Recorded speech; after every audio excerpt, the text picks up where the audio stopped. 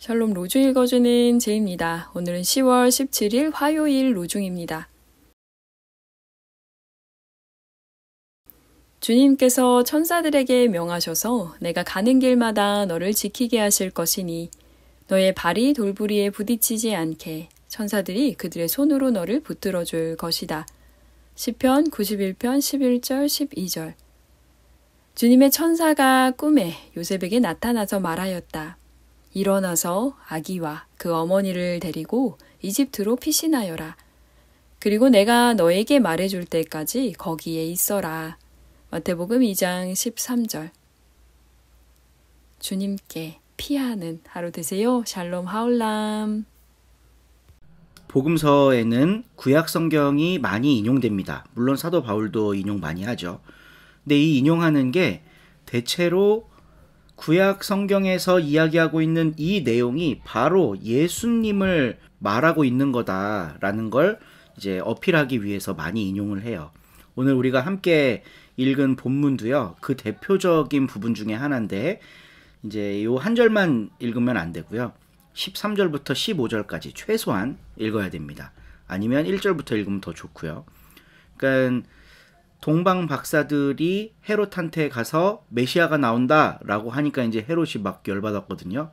그래서 무서운 속내를 품고 동방 박사들한테 당신들이 그 메시아 아기를 만나거든 나에게도 좀 알려주시오 하고 돌려보내요.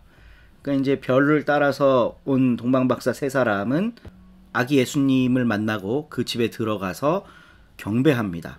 근데 우리 크리스마스 성극 같은 거 하면 동방 박사 세 사람이 마구간에 있는 예수님한테 경배하는 장면을 많이 연출하거든요. 근데 마태복음엔 그런 내용 없습니다. 동방 박사 세 사람은 집에 들어가서 그냥 예수님께 경배를 하고 나와요. 나오는데 꿈에 하나님이 헤롯한테 가서 알려주지 말아라 라는 지시를 받고 그냥 떠나버립니다.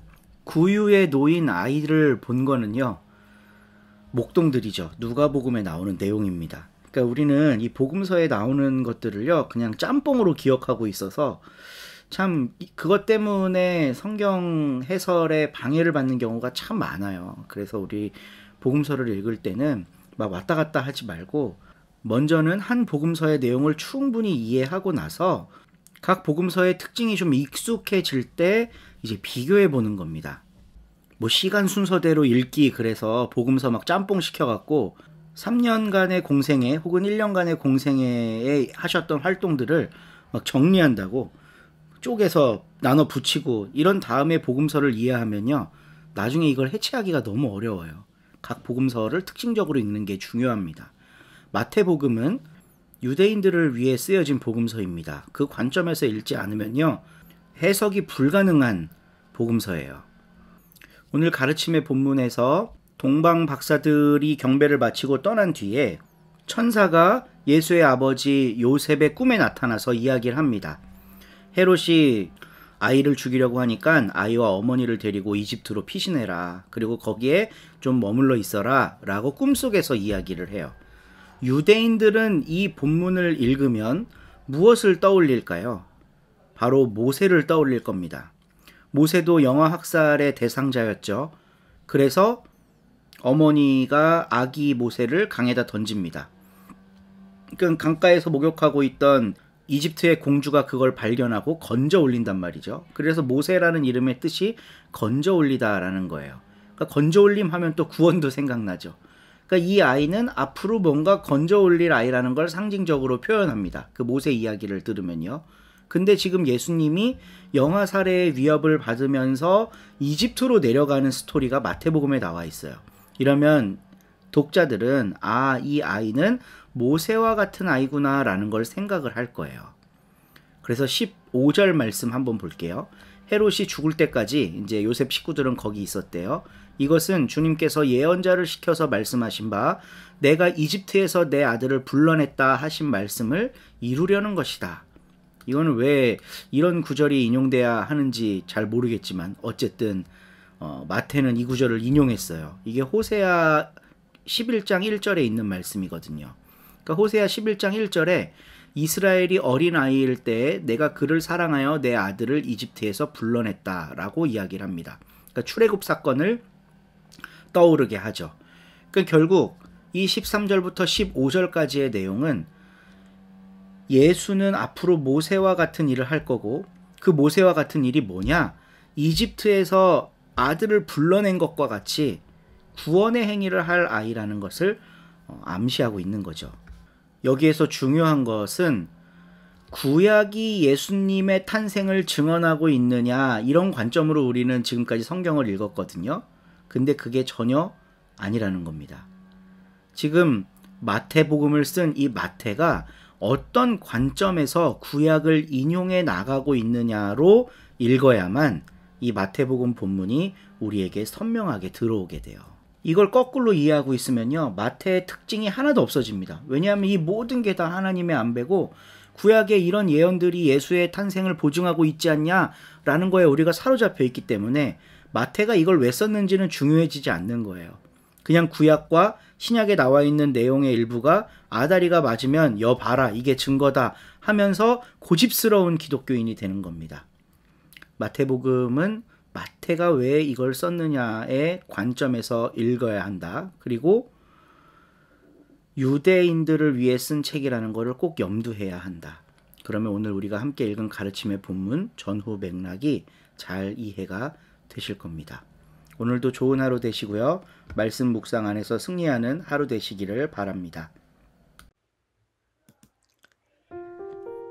베드로후서 1장. 시므온 베드로입니다. 예수 그리스도님이 부리시는 종이며 사도입니다. 우리에게 있는 믿음과 똑같이 소중한 믿음을 자기의 몫으로 받은 여러분에게 이 편지를 보냅니다. 여러분의 믿음은 우리 하나님이시고 구원자이신 예수 그리스도님의 의를 힘입은 것입니다.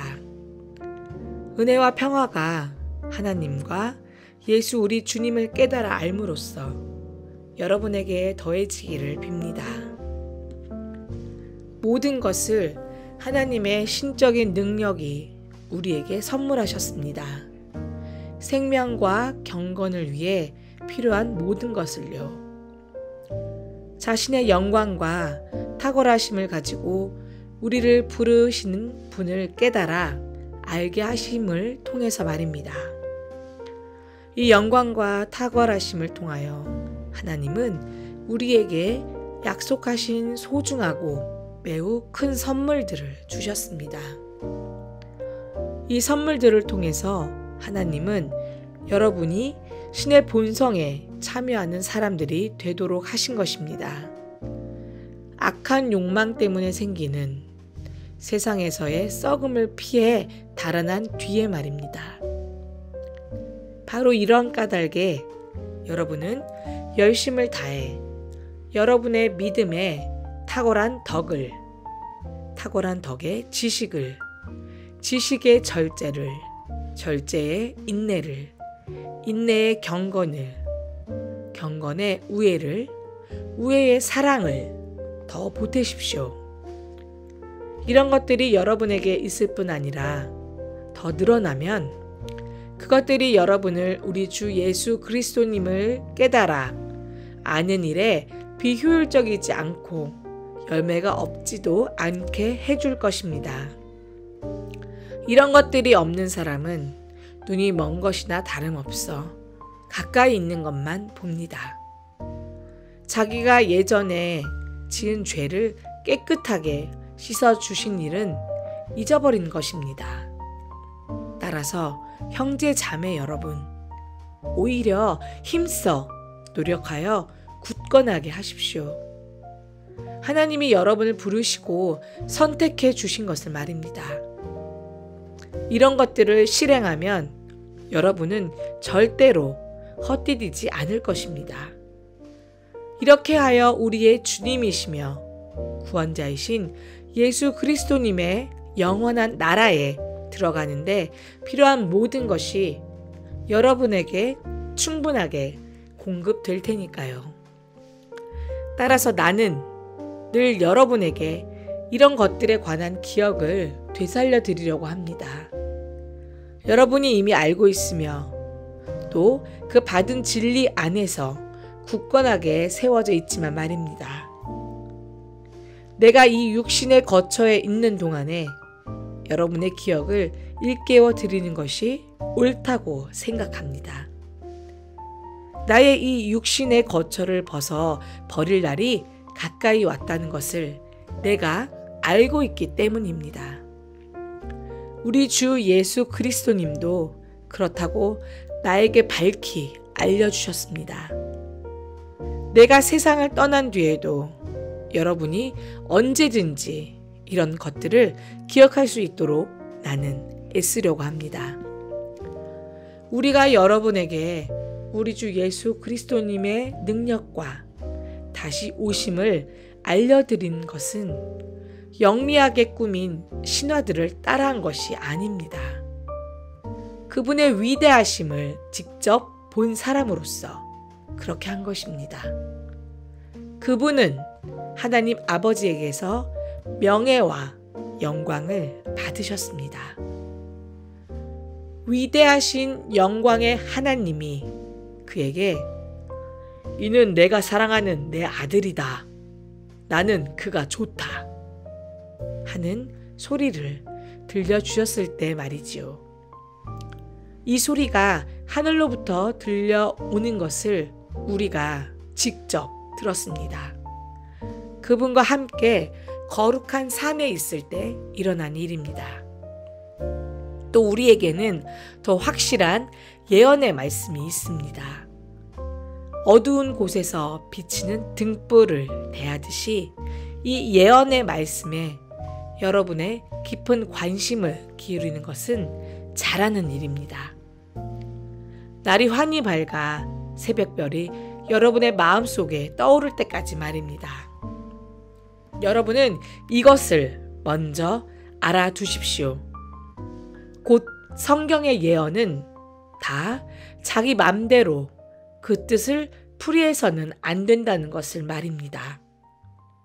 사람의 뜻에 따라 예언이 생긴 적은 한 번도 없었고 오히려 사람들이 성령님에 이끌려 하나님께 받아서 말한 것이기 때문입니다. 아멘.